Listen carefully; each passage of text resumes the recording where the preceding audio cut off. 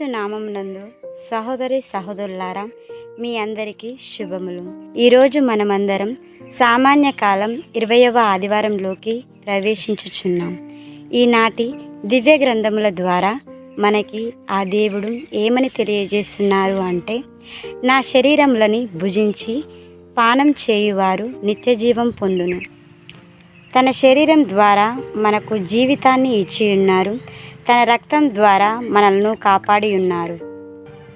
ప్రియ సహోదరులారా, మనిషి కుమారుని యొక్క మాంసం మరియు రక్తం వేయబడి మరియు అతని ద్వారా సాధించిన వియోచన, దానితో పాటు అది తెచ్చే అమూల్యమైన ప్రయోజనాలను సూచిస్తుంది.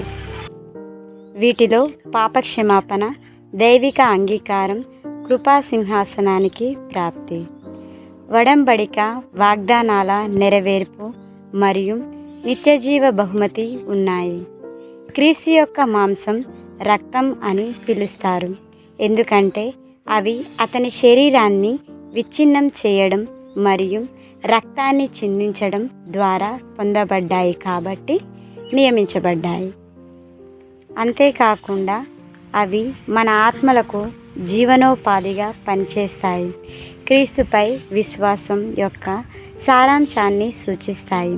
విశ్వాసం ద్వారా మనం క్రీస్తులో మరియు ఆయన అందించే ఆశీర్వాదాలలో పాలు పంచుకుంటాము.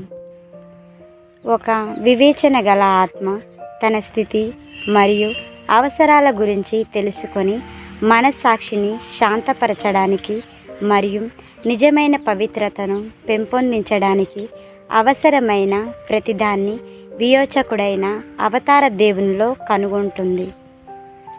క్రీస్తు యొక్క శిలువను ధ్యానించడం మన పశ్చాత్తాపం, ప్రేమ మరియు కృతజ్ఞతలో జీవం పోస్తుంది. మన శరీరము, ఆహారము ద్వారా జీవాన్ని పొందే విధంగానే మనం జీవితానికి మూలం, తల మరియు దాని సభ్యులు లేదా రూట్ మరియు శాఖల మధ్య సంబంధానికి సారూప్యంగా ఉన్నాడు. ఆయన జీవిస్తున్నారు కాబట్టి మనం కూడా జీవిస్తాం. I am the bread of life. He that cometh to me shall never hunger, and he that believeth on me shall never thirst.